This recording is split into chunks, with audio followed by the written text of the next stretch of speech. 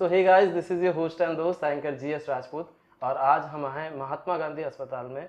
हमारे साथ जो शख्सियत है आप है डॉक्टर प्रशांत कुंभज। सर, जब हम आपसे मिलने वाले थे तो हमने थोड़ा सा आपके बारे में रिसर्च एंड स्टडी किया। सो हमने पाया कि आप मेडिकल में यहाँ प्रोफेसर हो ऑन्कोलॉजी डिपार्टमेंट में। साथ में आपकी जो फेलोशिप रही है वो जर्मनी ऑस्ट्रेलिया में रही है, एंड इसके अलावा ढेरों इंटरनेशनल कॉन्फ्रेंसेज रही है।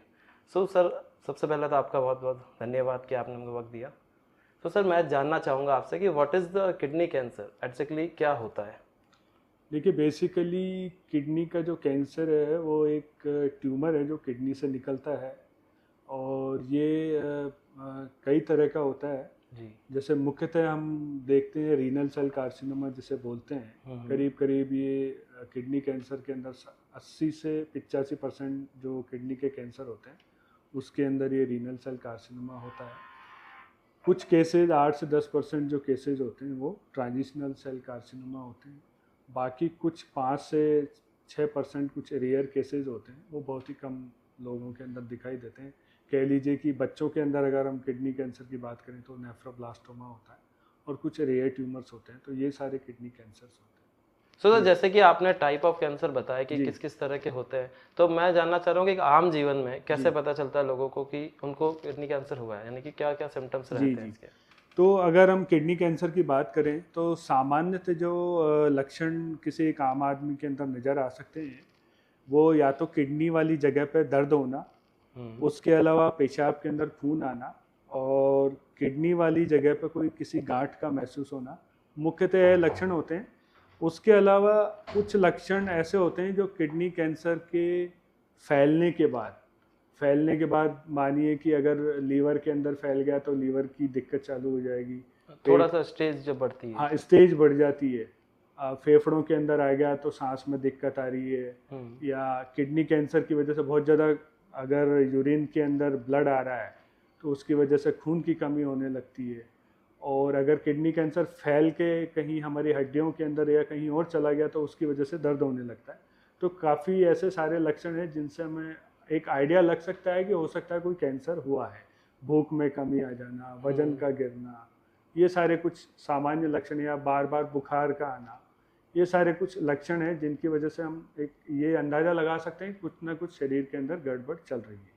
तो एक जो सबसे पहला अगर मैं लक्षण कहूँ कि अगर कोई बहुत अवेयर है, जो हेल्थ कॉन्शियस है, तो जी। सबसे पहला जो उनको सिम्टम दिखे कि तुरंत वो जाए अपने नज़दीकी डॉक्टर को दिखाए, वो क्या हो सकता है? देखिए, सबसे मेन तो ये हो सकता है कि उसको किडनी वाली जगह पे या कहीं पे दर्द हो रहा है या कोई ऐसी गांठ उत्पन्न हो रही है जिसका आकार धीरे धीरे बढ़ता जा रहा है या पेशाब के अंदर बार बार खून आ रहा है। ओके। तो ये कुछ लक्षण हैं जिनकी वजह से जिनको देखने के बाद हमें बिल्कुल अवेयर हो जाना चाहिए और हमारे नज़दीकी डॉक्टर से इसके बारे में संपर्क करना चाहिए। जी, ये अर्ली स्टेज लक्षण है कि जैसे ये दिखे सबसे जी पहले जी डॉक्टर से संपर्क करें। जी सो सर, जैसे किसी को अगर किडनी कैंसर होता है तो जी बेसिकली रीज़न क्या क्या होता है? लाइक कि मोटा मोटा जो देखा जाता है कि उसमें शराब, अल्कोहल, स्मोकिंग, इन सबको कहा जाता है, बट जी। मैं जानना चाह रहा हूँ एग्जैक्टली किन किन चीज़ों से किडनी कैंसर हो देखिए, सकता है? कारण तो बहुत सारे हैं। कुछ जेनेटिक कारण भी हैं। बाकी मुख्य जो कारण है वो तो अपने एनवायरनमेंट की वजह से ही है। उसमें आप कहना चाहें तो मिलावट वाली चीज़ें मान लीजिए, अपने एनवायरनमेंट में जो प्रदूषण है, कैडमियम हो गया, निकिल हो गया, पेट्रोलियम प्रोडक्ट्स वगैरह हो गए, इनकी वजह से हो सकता है। उसके अलावा किसी को अगर कोई सिस्टिक डिजीज़ है किडनी के अंदर, उसकी वजह से हो सकता है। स्मोकिंग जो है ये एक बहुत बड़ा कारण है किडनी कैंसर का। ओके। उसके अलावा मोटापा हो गया, उसके अलावा शराब वगैरह हो गई, या बहुत लंबे टाइम तक अगर किसी ने पेन किलर्स वगैरह यूज़ किए या कोई क्रॉनिक किडनी के अंदर कोई डिजीज़ है तो एक वो भी एक कारण हो सकता है किडनी कैंसर होने हाँ, तो मतलब अगर बहुत लंबे टाइम तक जो कुछ लोग जैसे एडिक्ट होते हैं कि छोटी छोटी बात पे जो दवाई लेने वाली आदत है, वो भी हम इन्वॉल्व कर सकते हैं कि वो भी एक का। मेजर हाँ, सा मतलब रीज़न हो एक हो सकता है। सकता है। अगर बहुत लंबे टाइम तक पेन किलर खा रहे हैं और उसकी वजह से कोई क्रॉनिक कोई प्रॉब्लम हो गई किडनी के, तो एक वो एक संभावना हो सकती है। बाकी मोटा मोटा आप मान के चलिए कि स्मोकिंग हो गया, ओबेसिटी हो गया, और ये कुछ हैवी मेटल्स का एक्सपोजर होता है, प्लस कुछ जेनेटिक कारण से उसकी वजह से ये किडनी कैंसर होता है। हाँ, तो मोटा मोटा तीन कारण है कि जी जी। जेनेटिक हो सकता है और ओबेसिटी है। हाँ तो सर, जब आपके पास में कोई पेशेंट इस तरह के आते हैं, जब अर्ली स्टेज में इनको पता जी। चलता है, तो इसको डायग्नोस कैसे किया जाता है? देखिए, सबसे पहले डायग्नोस करने के लिए हम उसकी इमेजिंग वगैरह कराते हैं। इमेजिंग करवाने के बाद, इमेजिंग में आप मान लीजिए शुरुआती जो इमेजिंग वो सोनोग्राफी होती है, उसकी और हम डिटेल जानते हैं तो जानने के लिए हमें या तो एमआरआई करवाते हैं या सीटी स्कैन कराते हैं। उसके बाद हमें उनकी डिटेल मालूम चलती है कि जो कैंसर है वो शुरुआती अवस्था में है या फैला हुआ है। तो ये सारी जांचें हम करवाते हैं। उसके बाद हम कंफर्म करते हैं कि ये वास्तव में कैंसर है या कुछ और गांठ है। उसके लिए हम बायोप्सी करते हैं। बायोप्सी का मतलब एक छोटा सा टुकड़ा निकाल के उसकी हम लैब के अंदर जांच करते हैं, तो उससे हमें कंफर्म होता है कि ये वाकई में कैंसर है या कुछ और तो नहीं। हाँ, तो मतलब सबसे पहले एमआरआई है और उसके बाद में थोड़ा सा अगर और इमेजिंग, हाँ, सबसे पहले हम इमेजिंग कराते हैं। उसके बाद इमेजिंग को उससे गांठ का आइडिया लग जाता है, उससे हमें गांठ का आइडिया लग जाता है, उसके फैलने का आइडिया लग जाता है कि वो आसपास फैला हुआ है या दूर दूर तक फैला हुआ है। हाँ, और उसके बाद हम बायोप्सी करा के उसको देखते हैं कि ये वास्तव में किडनी का कैंसर है या कुछ और, टीबी तो नहीं है या कुछ और बीमारी तो नहीं। हाँ, तो जो बीमारी है वो दूसरी से मिलती जुलती है, तो पहले सबसे पहले इमेजिंग से ही सारा प्रोसेस स्टार्ट होता है। तो सर, जैसे अगर इमेजिंग से ये प्रोसेस स्टार्ट होता है, फिर बायोप्सी पे भी जाता है, और जब कंफर्म हो जाता है कि किसी पेशेंट को किडनी कैंसर है, तो फिर क्या ट्रीटमेंट रहता है हमारे?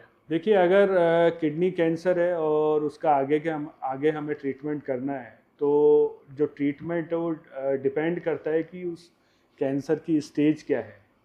अगर बिल्कुल शुरुआती अवस्था है, पहली, दूसरी, तीसरी, तो हम ऑपरेशन करके उसको निकाल देते हैं किडनी। और अगर वो चौथी अवस्था यानी कि किडनी का जो कैंसर है वो सब जगह फैल गया है, तो हम उसकी अलग से स्ट्रेटेजी बनाते हैं। और उसमें या तो हम ऑपरेशन, अगर पेशेंट बिल्कुल ठीक ठाक चलता फिरता होता है तो सबसे पहले ऑपरेशन करते हैं। ऑपरेशन करने के बाद हम टारगेटेड थेरेपी या इम्यूनोथेरेपी, या टारगेटेड और इम्यूनोथेरेपी दोनों साथ में देते हैं। और अगर शुरुआती अवस्था है, पहली, दूसरी, तीसरी अवस्था, तो उसमें केवल ऑपरेशन करके पूरा निकाल के छोड़ देते हैं। फिर उस पेशेंट को ऑब्जर्वेशन पे रखते हैं, हर 3 महीने 6 महीने पे बुला के जांच करते हैं और ये देखते हैं कि कैंसर वापस तो नहीं आ रहा है। हाँ, तो मतलब ये इतनी गंभीर बीमारी की इसका जो शुरुआती ट्रीटमेंट है वो ऑपरेशन से ही हो सकता है। मतलब ऐसा कोई चांस नहीं है जैसे जो गांठ है उसको और किसी तरीके से, यानी कि लेजर से या किसी तरीके से, कुछ जैसे कि साइंस ने बहुत तरक्की की है, कुछ इस तरह की टैबलेट्स वगैरह से। अगर छोटा लीजन होता है, हाँ, तो हम सोच सकते हैं लेजर वगैरह के बारे में। बाकी नॉर्मली 99 to 100% ऑपरेशन ही इसका इलाज। हाँ, जब जैसे कंफर्म हो गया तो उसके बाद ट्रीटमेंट में मेन ऑपरेशन ही इलाज है।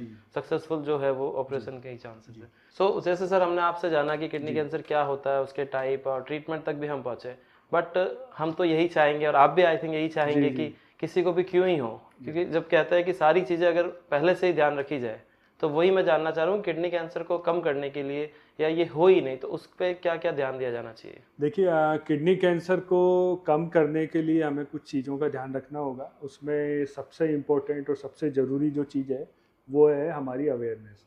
हमें सबसे पहले अपने आप को अवेयर करना है, प्लस अपने जो भी सगे संबंधी, आसपास के लोग हैं, रिश्तेदार हैं, सबको अवेयर करना है कि कोई भी ऐसी लाइफस्टाइल का भी कुछ पार्ट रहता है? जी, लाइफ स्टाइल का पार्ट ये है कि हमें जो भी स्मोकिंग की, अल्कोहल वाली जो आदतें, इन्हें छोड़ना पड़ेगा, क्योंकि ये भी एक मेजर कारण है जिसकी वजह से किडनी कैंसर हो सकता है। उसके अलावा अपनी लाइफ स्टाइल सुधारनी होगी, हमें अपने खान पान पे ध्यान देना होगा। खान पान हमारा ऐसा हो कि ज़्यादा वेट ना बढ़े, मोटापा ना हो। क्योंकि मोटापा जब भी आता है कुछ ना कुछ बीमारियां लेके आता है, और वो सारी बीमारियां आगे चल के कैंसर का रूप धारण कर सकती हैं। उसके अलावा हमें रेगुलर एक्सरसाइज करनी है, योगा करना है, नियमित खान पान के ऊपर हमारा ध्यान देना है। तो ये सारी चीज़ें करके हम इसको रोक सकते हैं। तो बेसिकली मैंने एक चीज़ जानी कि मोटापा जिसको लोग बहुत बहुत कैजुअल लेते हैं कि इससे क्या ही होगा, मतलब ये इतनी गंभीर बीमारी तक ले जा सकता है। तो लाइफस्टाइल बहुत ज़रूरी है, जिमिंग, एक्सरसाइज वगैरह जो बहुत ज़रूरी है। एंड कुछ लोग डाइटिंग के नाम पे इस तरह से करते हैं कि खाना कम ही खाते हैं, तो वो न्यूट्रिशन वैल्यू भी आई थिंक नहीं ले पाते। तो हाँ, उसमें हमें बैलेंस डाइट का ध्यान रखना होगा कि हमें जो डाइट लेनी हो बैलेंस लेनी है, जिससे कि हम कैलोरी भी ज़्यादा ना लें, लेकिन शरीर को जिन आवश्यक तत्वों की ज़रूरत है वो भी हमारे शरीर में उस खाने के द्वारा आ जाए। तो मेन कोशिश ये करें कि वेट गेन हम बहुत ज़्यादा ना हो, लाइफस्टाइल ठीक रहे, प्लस सर ने बताया कि स्मोकिंग एंड अल्कोहल से पूरी तरह से दूर रहे, और उसके अलावा जैसे चीज़ें अगर जेनेटिक है और कोई चांसेस है तो अर्ली टू अर्ली स्टेज में डॉक्टर्स को बताएं। जी, बिल्कुल, उसके लिए अपनी अवेयरनेस हो। ओके, थैंक यू सर, आपने अपना कीमती वक्त दिया, इसके लिए हम आपके शुक्रगुजार हैं। और इस जानकारी के थ्रू मैं उम्मीद करता हूँ कि लाखों लोगों तक ये जानकारी पहुँचेगी और जो सबसे लास्ट में हमने बात की वो सबसे पहले अपनाई जाएगी, दैट इज़ कि लाइफस्टाइल को मेंटेन रखना है और हेल्दी खान पान खाना है एंड अल्कोहल, स्मोकिंग और भी किसी तरह के नशे हैं उनसे दूर रहना है।